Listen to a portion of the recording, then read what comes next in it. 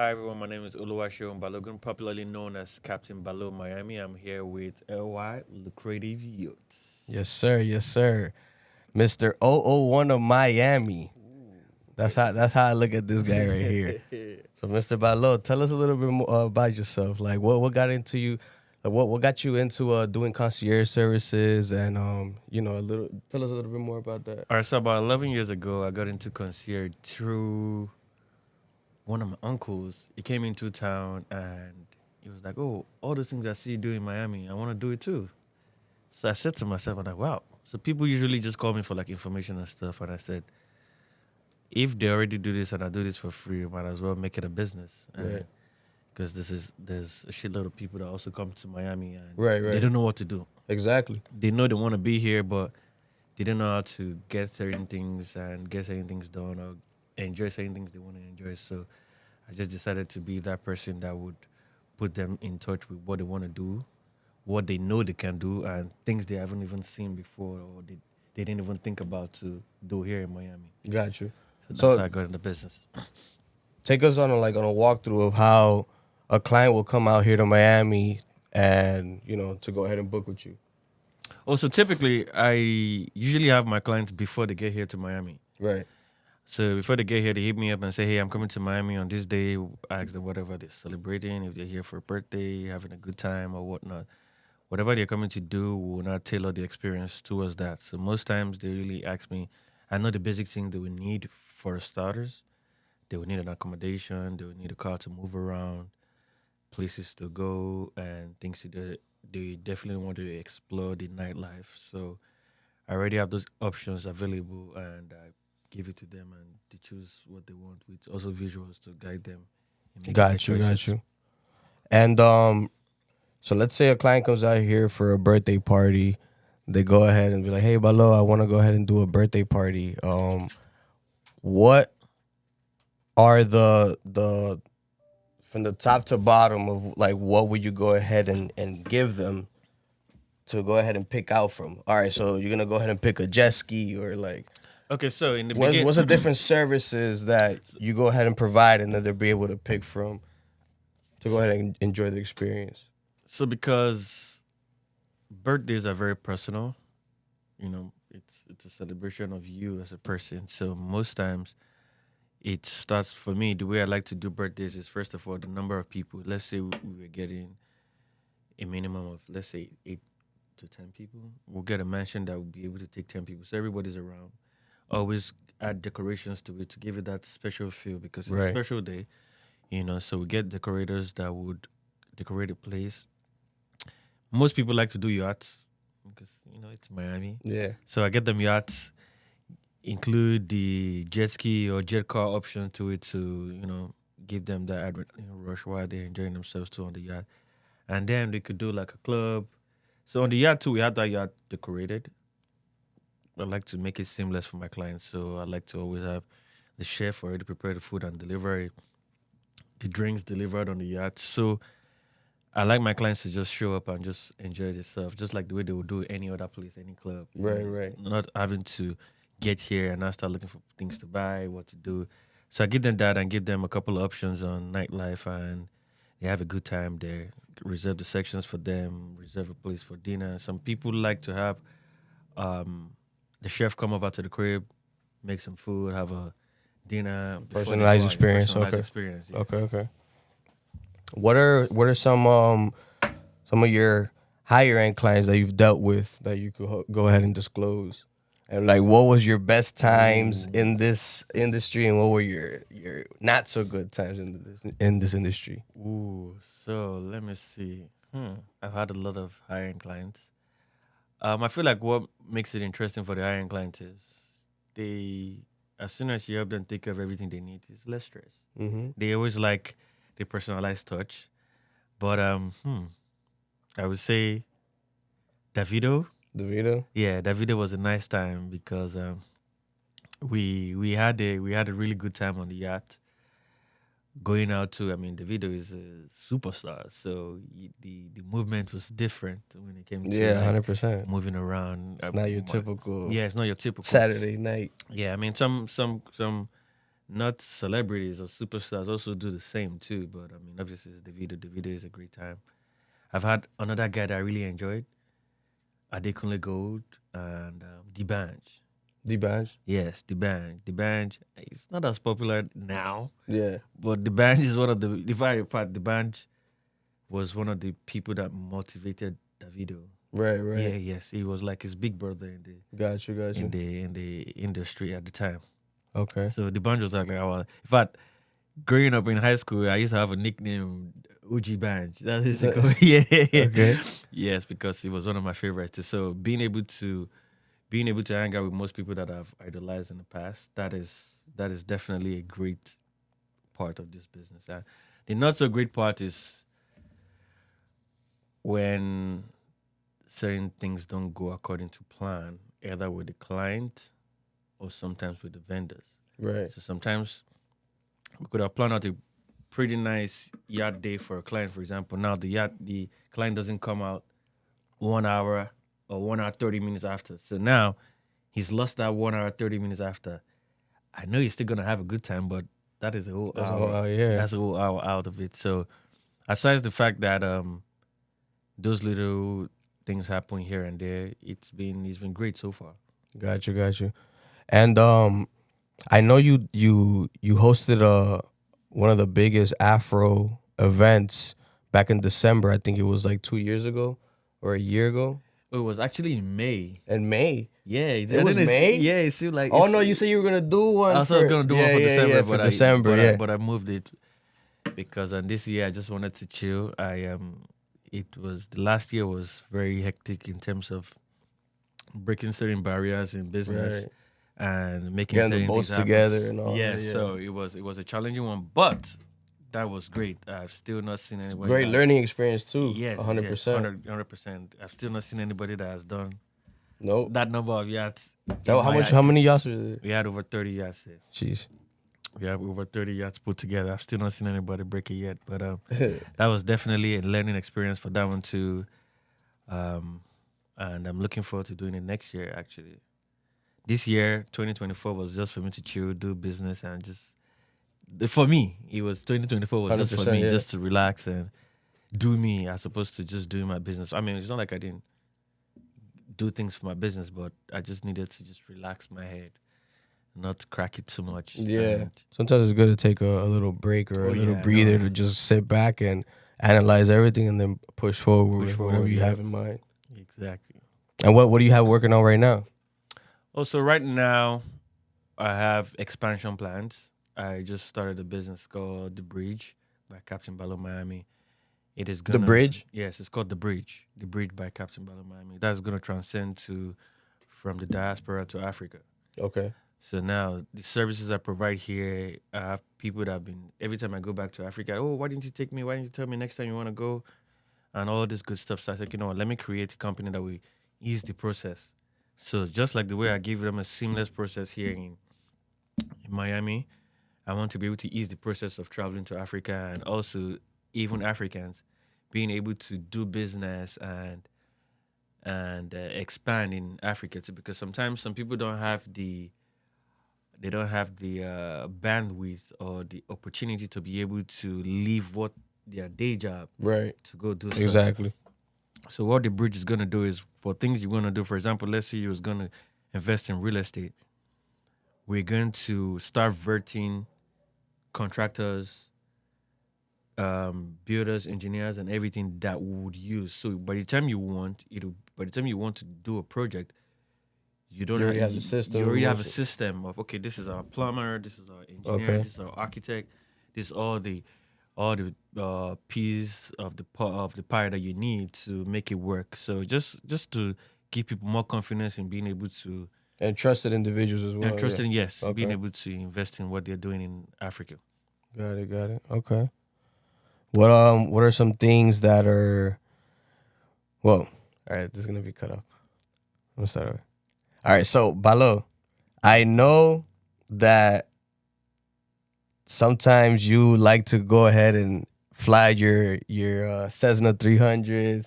Oh yes. So Tell us a little bit how you got. Tell us a little bit more how you got into So- flying and becoming a pilot. actually, Actually, I'm a trained pilot. That's what I went to school for. Actually, I have my BSc in human resource management and business administration, and I'm a trained pilot. So I like to fly for leisure because I'm not working. I decided to do business instead. But I like to fly for leisure because it's still a skill I have that I still have to use. And I like to fly for leisure, do little trips to Bahamas, Key West, Okay, catch a little Venice. vibe. All right. Yes, I like to. That's when I want to have a good time. Yeah, Was there any times that you had to take over, or like over with the plane that it was like, oh shit, what's going on right now? Oh no, let me tell you. I wouldn't forget this date, January 5th, 2024. So So it was this year. earlier this year, I took my girl to Key West for lunch. And we had a nice little lunch. Did a little tour in the city of Key West. And on our way back, I told us, okay, we've done lunch.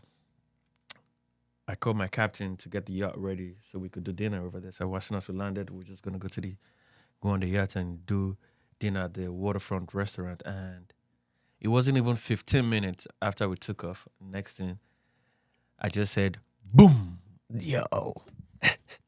boom. The plane just started shaking. I'm like, no way. No way.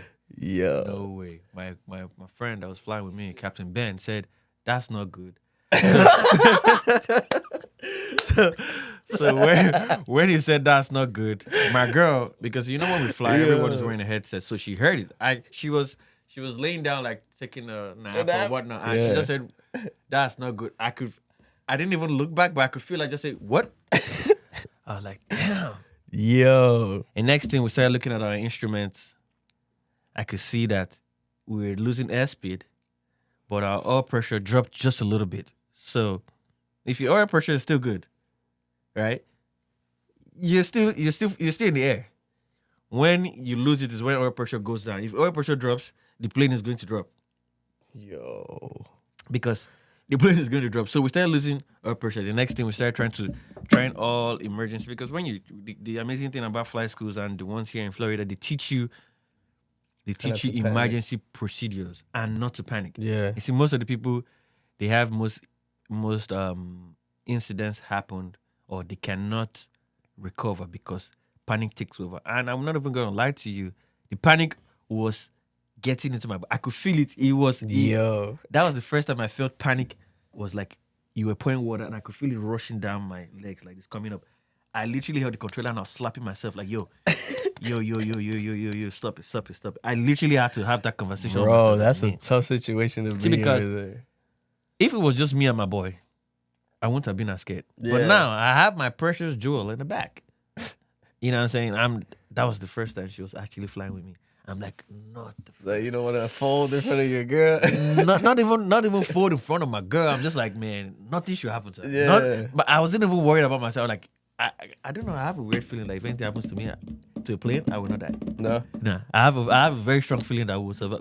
If it was just me and my boy and push came to shove, we will survive. Yeah. But when we have her in the plane, yeah, my fear increased. Because when you're in flight school, they tell you, don't take anybody else with you that is not a pilot. Yo. And don't hit anything expensive. They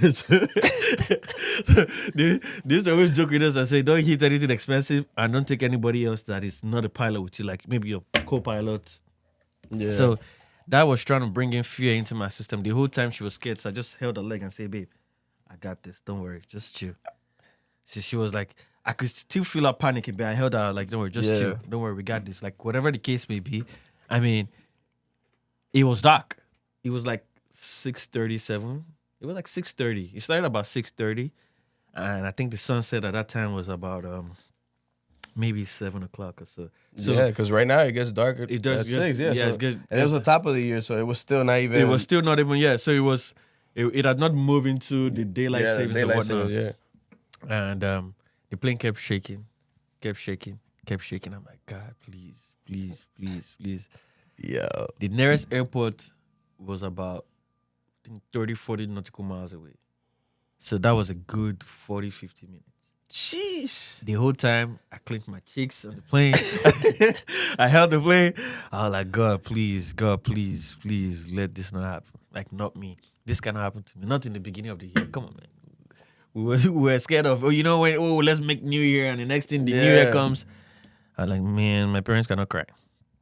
They cannot cry for me. No. So I just kept praying, and luckily for us, we were able to call controllers, tell them we had a slight emergency, and they were like, okay, they vectored us to the nearest airport, which is called Marathon. So we landed at that airport, taxied. When we landed, we had to go. All of us had to go take a leak first because that was one of the most terrifying experiences I've had on a plane. I typically do not have fears flying plane or being in a plane. Yeah. I conquered the fear, but that day really. If the next time I took a flight, a commercial flight, a couple months after, I was having like Panic flashback. attack, Yes, I yeah. was having panic attack. Like me before the plane shakes, I'm chilling. Yeah. But that time, yeah, my heart was just going boom, boom, boom. Like, oh my God, what will happen? What will happen? And when we landed, we were able to we got a ride, got to a hotel because we couldn't leave. It was at night. We couldn't leave. We couldn't leave the plane too. The next morning we had some AMP come check out the plane, and we found out that we lost. The plane had 4 valves, and we lost 3 of them. Yo. Yes. Even what happened was when we got to the AMP, he was checking the plane. We're like, oh yeah. As we're telling him the story, we're like, oh, it's because when did you find out? Was it when you were about to take off? No, so we're in the air, and he was like, you wait, what? You flew in like this? Wow. That was when he hit me like, it does not even happen. Even a car would not even properly drive with one piston working. Yeah. See, because 100%. in the engines, it's like pop, pop, pop. Yeah, It goes like, exactly. so we lost 3 of those. It was just one. Yo. So that was how while we were flying, we kept noticing the oil pressure was dropping. It was dropping. So it was crazy. I could think of if we landed. You know, you see the videos of the Everglades and stuff like that. Yeah, I said, so even if you don't crash, You imagine you land. even if you don't crash, A croc those just guys scoops gonna be you, like, right? "Ooh, God send us some food." Yeah. You know what I'm Damn, saying? man. So that was one of the most terrifying It experiences. was like a lose-lose situation if something happened. If something had happened, it would have been a lose. If it was during the day, that could have still been, easy, because people could come look for you. Yeah, exactly. But At night, they don't. nobody's circling around. I don't think they do rescue missions at night, because I mean, obviously they are going to worry about the personnel who's coming to serve you too, and the fact that, okay, they might assess the situation and see, oh, did they make it or did they Right. make it? So we didn't want to be in that level of. I was just glad that nothing happened, and it was just one of those stories. Okay. Nothing too crazy now. No, it's nothing crazy. Nothing crazy. Got you. And where could the people find you? Also, you can find me on Instagram. You can find me on Twitter. You can find me on Threads. You can find me on TikTok. Same thing. CaptBalo_Miami. That is my handle across all platforms, social media platforms. All right.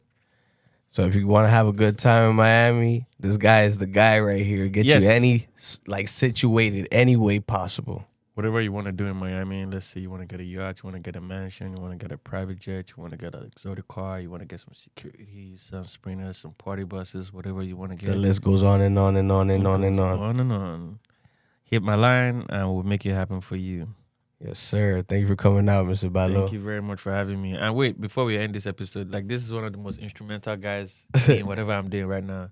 We didn't get to that part of the story, but wherever I am today, Frodo has always been there. And thank you very much for always being there. Always. If he's available, he will pull up right away and deliver on his great visuals. Thank you very Yes, much. sir. You for already that. know I gotta push the vision forward for Appreciate anybody. that. Yes, he definitely pushed the vision forward. I don't know if you sneeze around the clock, but when I talk about my business, I talk about you. So if you sneeze randomly, yeah, I'll probably talk about you. Yeah, hilarious. I'll probably be talking about you. And, Yes, sir. I cannot wait for us to go and do this in Nigeria. Like I have a vision for us to go. So if we're gonna go to, I might just be the first person to Yeah, if I take go you to to. Nigeria, I gotta walk around with some hyenas. Yes, That's what I want to do. whatever you want to do. See, listen, That's gonna be a thing. Nigeria is my country. Nigeria is my city, and I mean, it is when it comes to Nigeria, it's a different ball game than it is. I have shit locked down here, but But there in over there is Nigeria, next yeah, level I'm presidential. next level, and I can't wait for people from the diaspora to experience Nigeria from that point of view because I hear a lot of people say, "Oh, I want to go there, but I don't know nobody." I said, "Okay, don't Yeah. worry. You now that you know somebody already, The bridge, the bro. bridge is going to Yeah. help you do that." And I'm looking forward to a lot more things that we can do to make this thing happen. It Yes, was all a sir. dream. Yes, sir. Yes, sir. Keep pushing forward. It's Balo right here, and we're wrapped up.